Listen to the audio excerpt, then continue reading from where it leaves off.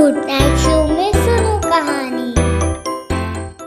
एक बार की बात है, एक गांव में बकरी अपने 3 बच्चों के साथ रहती थी। गांव से कुछ ही दूर पर एक जंगल था और इस जंगल में बहुत सारे जानवर रहते थे। तो बकरी अक्सर उस जंगल के बारे में अपने बच्चों से कहा करती थी, अरे मेरे प्यारे राजकुमारों, अपनी माँ की बात ध्यान से सुनो। यहाँ खेलते हुए जंगल मत पहुँच जाना, वहाँ पर बहुत सारे खतरनाक जानवर रहते हैं।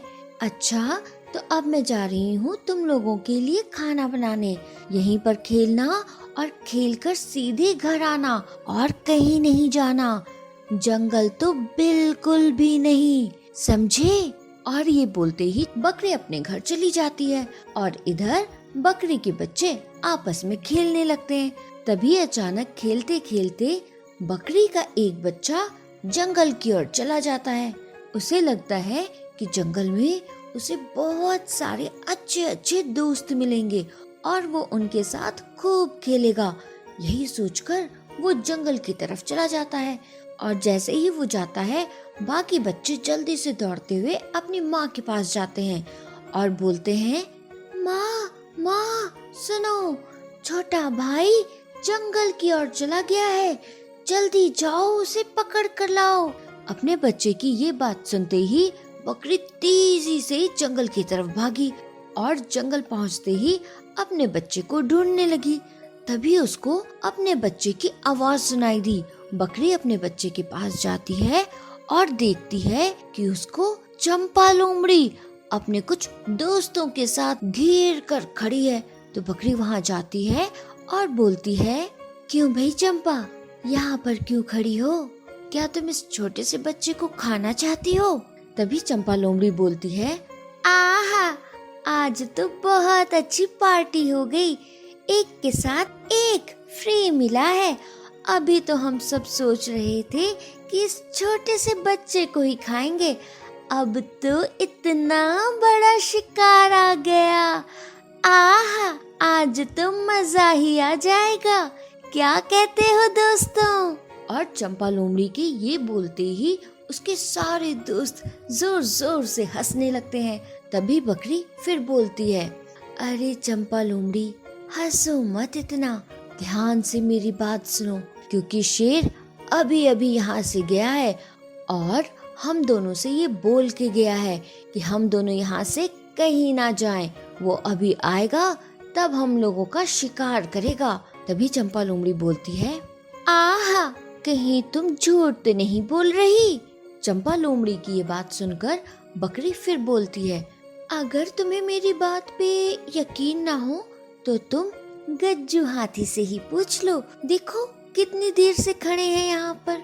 बकरी की ये बात सुनकर गज्जू हाथी जोर से बोलता है, हाँ हाँ चंपा लोमड़ी, शेर मुझे यहाँ पर निगरानी रखने के लिए ही कह गया है, इसलिए तुम्हारी इसी में भलाई है कि तुम यहाँ से चली जाओ।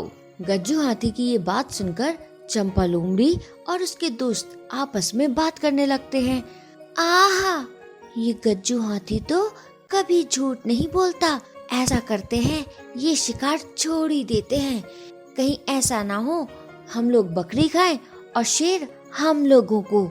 चलो भैया, यहाँ से भागने में ही भलाई है। और ऐसा बोलते ही चंपा लोमड़ी अपने दोस्तों के साथ वहाँ से जोर से भागती है। चंपा लोमड़ी के जाते ही बकरी अपने बच्चे को लेती है और वहाँ से अपने गांव की तरफ जाने लगती है। बकरी थोड़ी ही दूर चलती है कि रास्ते में उसे शेर मिलता है। शेर को अपने सामने देख बकरी का बच्चा जोर जोर से रोने लगता है।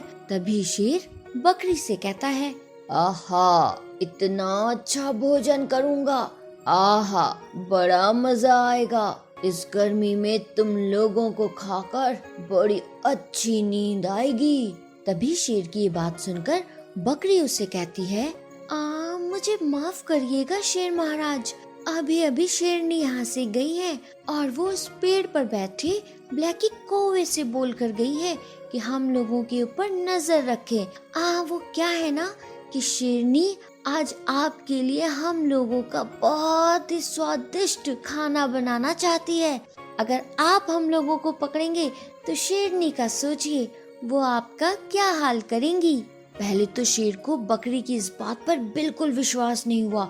उसने तुरंत ब्लैकी कौवे की तरफ देखा और जोर से उसके ऊपर चिल्लाना शुरू किया, लेकिन ब्लैकी कौवा शेर की आवाज सुनकर वहाँ से नहीं हटा।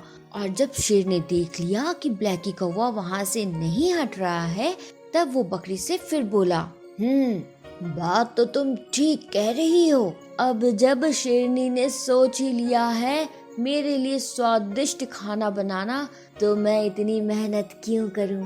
तो चलो अब मैं सीधे गुफा ही चला जाता हूँ। हाँ, बहुत ही स्वादिष्ट खाना जो आज मिलने वाला है, मेरी शेरनी मेरे लिए बनाने वाली है। और ऐसा बोलते हुए शेर वहाँ से चला जाता है। और शेर के जाते ही बकरी अपने बच्चे के साथ बहुत जोर से भागती है। और बकरी के थोड़ी ही दूर जाते ही उसे सामने से शेरनी मिल जाती है।